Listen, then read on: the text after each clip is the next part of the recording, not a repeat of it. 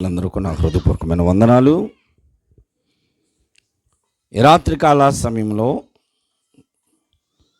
Christmas ఆరాధనలో భాగముగా ఈ రాత్రి మనము ఈ స్థలంలో చేరాం. క్రిస్మస్ ఆరాధనలు అనేవి పూర్వం మన పితరులు పెద్దవారంతా గత కొంతకాలం క్యారల్స్గా జరిపేవారు. ప్రతి సంఘాల్లో అలా జరిగినాయి. ప్రతి కుటుంబాన్ని దర్శించేవారు. అది క్రిస్మస్ ఆనందాన్ని అనుభవిస్తూ పాటలు పాడడం, కోలాటాలు వేయడం, ప్రార్థనలు చేయడం, భజనలు చేయడం, ఇలాగా ఆ రోజుల్లో మన పితరులంతా కూడా అలాగనే జరిపారు. ఇప్పుడు కూడా ప్రస్తుతం కొన్ని సంఘాలు అలాగనే జరుగుతున్నాయి. కోలాటాలు, భజనలు వీటన్నిటికంటే కూడా కుటుంబాల్లో చేరి ఆ కుటుంబం కొరకు ప్రార్థన చేయడం, కొంచెమైనా వాక్యం చెప్పుకోవడం చాలా మంచిదన్న ఉద్దేశంతో గత 14 సంవత్సరాల క్రితం ప్రారంభించినటువంటి క్రిస్మస్ ఆరాధనలు ఈరోజు వరకు కూడా జరుగుతున్నాయి. ఇవి జరపడానికి నాతో పాటు స్వార్థికులు, సేవకులు, సంఘమంతా కూడా కలిసి మరి ఈ రీతిగా మనం జరుపుతున్నాం. కొంతమంది విమర్శిస్తూ ఉంటారు, క్రిస్మస్ ఆరాధన ఏంటి, క్రిస్మస్ పండగలు చేయటం ఏంటని. యేసు ప్రభువారి లోకంలో జన్మించారు, జీవించారు, అద్భుతములు చేశారు, ఆశ్చర్యమైన కార్యములు చేశారు. ఆయన శిలువలో తన ప్రాణమును పెట్టి రక్తమును చిందించి చనిపోయి సమాధి చేయబడి తిరిగి లేచారు. మరలా త్వరగా తిరిగి రాబోతూ ఉన్నాడు. ఇప్పుడు రాబోతున్నటువంటి రాకడా సమయాల్లో ఆయన జన్మను గూర్చినటువంటి పండగలో ఆచారములు అని విమర్శిస్తున్నారు. మంచిది. ఒకప్పుడు అసలు లోక సంబంధమైనటువంటి ఒక వ్యక్తికి ఒక ఆచారం అనేది ఉండాలి. ఎల్లకాలము అదే ఆచారాల్లో ఉండకూడదు. ఆచారము అలవాటులోనికి రావాలి. ఆ అలవాటుగానే జీవితాంతము కొనసాగకూడదు. ఆ అలవాటు ఆత్మీయతలోనికి రావాలి. మనిషి ఇన్ని విధాలుగా అభివృద్ధి చెందుతూ ప్రభువు సమీపస్తులు కావడం చాలా మంచిది. క్రిస్మస్ ఆరాధనలైనా, క్రిస్మస్ పండగైనా యేసు ప్రభు ఇదిగో ఈరోజు పుట్టాడని ఆయన బాలయేసని ఉయ్యాల్లో యేసు ఊపి పాటలు పాడి ఆనందించట్లా. 2025 సంవత్సరాల క్రితం యేసు ప్రభు వారి లోకములో జన్మించారు అని మన తరువాత తరానికి, ప్రస్తుతం ఉన్నటువంటి చిన్నపిల్లలకి, ఇప్పుడు ఉన్నటువంటి మనుషులకి తెలియని చరిత్ర విషయాలు తెలియచెప్పడం క్రిస్మస్ను గూర్చినటువంటి వర్తమానం. ఈరోజు చాలామందికి తెలియదు యేసు ప్రభు వారు జన్మించారు అని. ఎలా జన్మించారు, ఇవన్నీ కూడా వాగ్దానాలు. ప్రవక్తల ప్రవచనాలు వేరు, దేవుడిచ్చిన వాగ్దానాలు వేరు. దేవుని మాటను పట్టుకొని ప్రవక్తలు ప్రవచించారు. దేవుడే స్వయంగా ప్రజలతో, ప్రవక్తలతో మాట్లాడుతూ ఆయన వాగ్దానం చేసినటువంటి వాగ్దానాలు ఉన్నాయి. దేవుడు తన స్వరూపమందు చేయబడినటువంటి మానవుడు, ఆది మానవుడైన ఆదాము ఆజ్ఞాతిక్రమమనే పాపము చేసి ఏదెను వనములో నుండి బయటికి త్రోసివేయబడిన తరువాత వారు ఏడ్చి దుఃఖించారు. తండ్రి, నీ పోలిక చొప్పున మమ్మల్ని చేశావు, మేము ఇదే శాపములో, పాపములోనే బ్రతకాలా? ఎంతకాలం మేము ఇలా నశించిపోవాలి? ఎంతకాలం మేము నిత్య నరకాగ్నిలో ఉండాలి? మాకు విడుదల కావాలి, విమోచన కావాలి. ఆజ్ఞాతిక్రమం అనే పాపం చేశాం, మా పాపమునకు పరిహారము కావాలి అని దేవుని ఎదుట వారు దుఃఖపడ్డారు.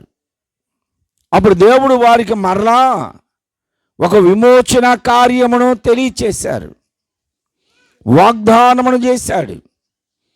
ఇదిగో మీరు ఎలాగనే ఈ ఆజ్ఞాతిక్రమమైన పాపములో ఉండి ఇదే తోటలో, ఏదేను వనము తోటలో ఉండి మీరు చేయి చాసి నిరంతరము జీవించువారిగా జీవవృక్ష ఫలమును మీరు భుజిస్తే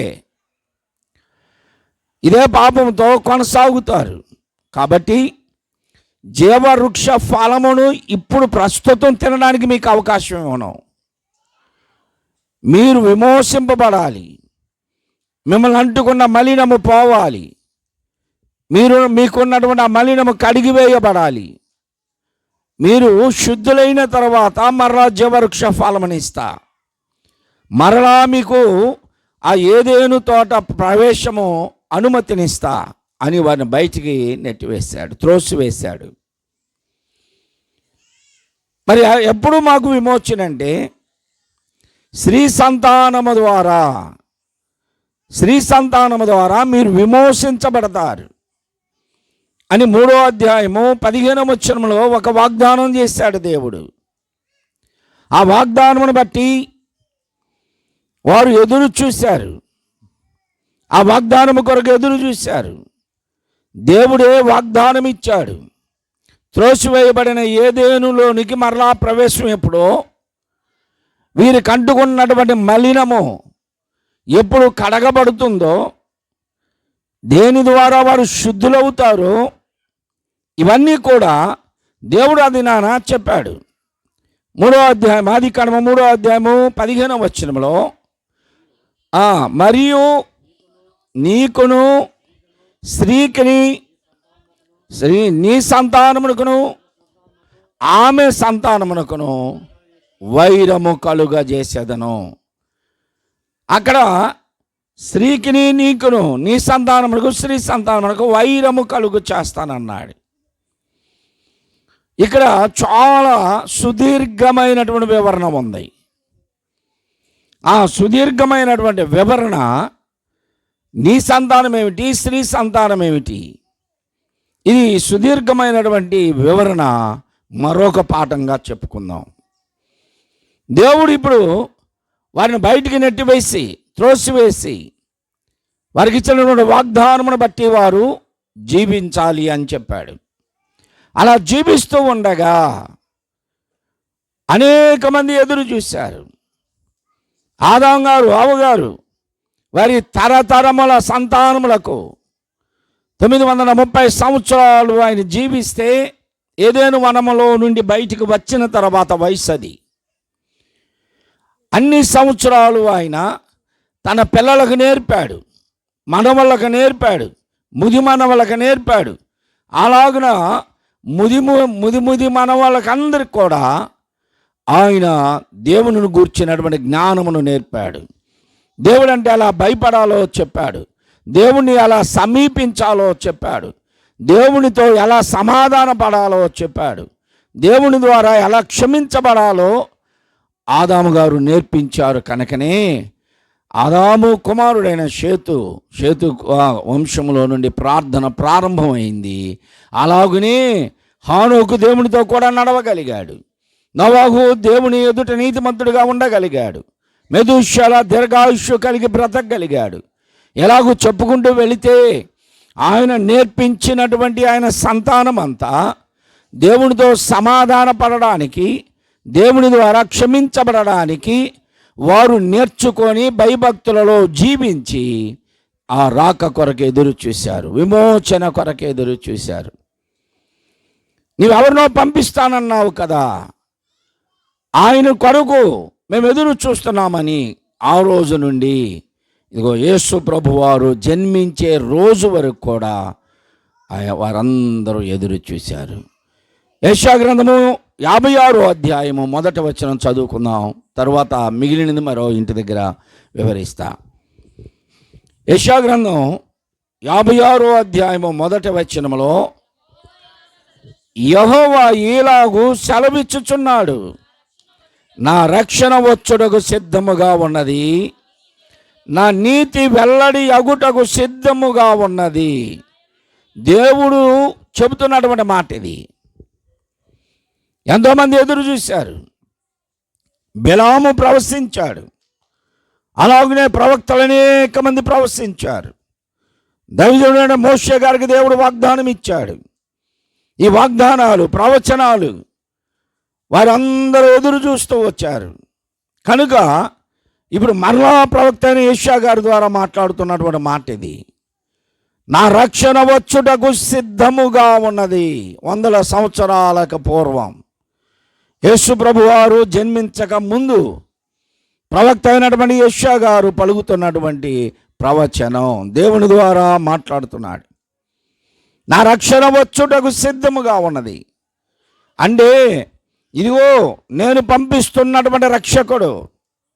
నా రక్షణ యేసుక్రీస్తుకు ఒక బిరుదు. అది యేసు ప్రభు వారికి ఉన్నటువంటి బిరుదులలో దక్షిణ హస్తము, నా దూత, నా సన్నిధి దూత, నా కుమారుడు, లేకపోతే బాహువు, ఎలాగా యేసు ప్రభువుకు ఉన్నటువంటి బిరుదులు. అందులోని ఇప్పుడు అంటున్నాడు నా రక్షణ అన్నాడు. రక్షణ అనేది యేసుక్రీస్తుని గురించి చెప్పబడుతుంది. ఆయన రక్షకుడుగా ఈ లోకానికి వస్తాడని ఇప్పుడు దేవుడే ప్రవక్త యెషయా గారి ద్వారా పలికిస్తున్నాడు. నా రక్షణ వచ్చుటకు సిద్ధముగా ఉన్నది. రక్షణ రావడానికి సిద్ధంగానే ఉంది. యేసు ప్రభు వారు భూలోకంలో జన్మించడానికి సిద్ధంగానే ఉన్నాడు. కానీ ఆయనను మోసే గర్భం దొరకల. పవిత్రమైనటువంటి గర్భం కావాలి, పరిశుద్ధమైనటువంటి గర్భం కావాలి. చాలామంది ఆ దినాల్లో యేసు ప్రభు వారు మా గర్భాన్ని పుట్టాలని కన్యకలుగా వారి కుమార్తెలను విడిచిపెట్టేశారు. అంటే వివాహములు కాకుండా ఉండడం, కన్యకలుగా వివాహము కాకుండా ఉండడమే కన్యకలుగా ఉన్నారు అనుకున్నారు. శారీరకంగా శరీర ప్రకారముగా వారు పురుషుని ఎరుగని వారుగా కన్యకలుగా ఉన్నా వారి ఆత్మలో, మనస్సులో, హృదయాల్లో అపవిత్రత ఉంది. బైబిల్ గ్రంథం చెప్పింది, అభిచారములు, ద్వేషములు, విమతములు, కక్షలు, క్రోధములు, అల్లరితో కూడిన ఆటపాటలు ఎలాగూ ఉంటే హృదయం పాడైపోతుంది, తలంపులు పాడవుతాయి, మనస్సు పాడవుతుంది. ఒకవేళ శరీర ప్రకారముగా కన్యకలుగా ఉండవచ్చు, కావలసినటువంటి పరిశుద్ధత కలిగినటువంటి ఆ గర్భం దొరకల, కాలము సంపూర్ణమవుతుంది. కన్యక గర్భం కావాలి, పరిశుద్ధత కలిగి యోగ్యురాలుగా ఉన్నటువంటి గర్భం కావాలి. అలాంటి గర్భం కలిగినటువంటి వ్యక్తి కావాలని ఎదురు చూశారు. అప్పుడే ప్రభు అంటాడు, ఇదిగో నా రక్షణ వచ్చుటకు సిద్ధముగా ఉంది, త్వరపడి రాబోతుంది నా రక్షణ. యోగ్యురాలు కావాలి, యోగ్యురాలు కొరకు చూస్తున్నాం అని బైబిల్ చెబుతుంది. నా రక్షణ వచ్చుటకు సిద్ధముగా ఉన్నది, నా నీతి వెల్లడి అగుటకు సిద్ధముగా ఉన్నది అన్నాడు. యేసు ప్రభు వారి రాకను గూర్చి, యేసు ప్రభు వారి యొక్క మొదటి రాకను గూర్చి, అంటే జన్మను గూర్చి ప్రవక్తలందరూ ప్రవచించారు. ఆ ప్రవచనాల్లో ఇదొక ప్రవచనం. ఆయనకు రక్షణ అని, రక్షకుడు అని పేరు ఉంది కనుక ఆయన రావడానికి సిద్ధంగా ఉన్నాడు అని చెప్పబడినటువంటి ఈ వాక్య భాగము వివరణ ఇంకా కొంత తదుపరి గృహం దగ్గర మనం తెలుసుకుందాం. దేవుడి మాటలు దీవించును గాక. ఆమేన్. తలలు వంచండి, కళ్ళు మూసుకొని ప్రార్థన చేద్దాం. పాకలో మరియమ్మ గర్భాన, పశువుల పాకలో మరియమ్మ గర్భాన, ప్రభు యేసు జన్మించే ఊరన్నా యేసన్న, పాపుల కొరకై వచ్చెను రోరన్నా యేసన్న, ప్రభు యేసు జన్మించే ఊరన్నా యేసన్న, పాపుల కొరకై వచ్చెను రోరన్నా యేసన్న, పశువుల పాకలో మరియమ్మ గర్భాన, పశువుల పాకలో మరియమ్మ గర్భాన, ప్రభు యేసు జన్మించే ఊరన్నా యేసన్న, పాపుల కొరకై వచ్చెను ఊరన్నా యేసన్న. 5 రొట్టెలు 2 చేపలు 5,000కు పెట్టెనురో. 5 రొట్టెలు 2 చేపలు 5,000కు పెట్టెనురో. పాపుల కొరకై వచ్చెనురో ఓరన్నా యేసన్నా. ఓరన్నా యేసన్నా. పశువుల పాకలో మరియమ్మ గర్భాన. పశువుల పాకలో మరియమ్మ గర్భాన ప్రభు యేసు జన్మించే ఓరన్నా యేసన్నా. పాపుల కొరకై వచ్చెనురో ఓరన్నా యేసన్నా. కుంటోళ్ళు గుట్టోళ్ళు చెవిటోళ్ళు మూగోళ్ళు. కుంటోళ్ళు గుట్టోళ్ళు మూగోళ్ళు స్వస్థతను ఇచ్చెనురో ఓరన్నా యేసన్నా. పాపుల కొరకై వచ్చెనురో ఓరన్నా యేసన్నా. స్వస్థతను ఇచ్చెనురో ఓరన్నా యేసన్నా. పాపుల కొరకై వచ్చెనురో ఓరన్నా యేసన్నా. పశువుల పాకలో మరియమ్మ గర్భాన. హల్లెలూయా.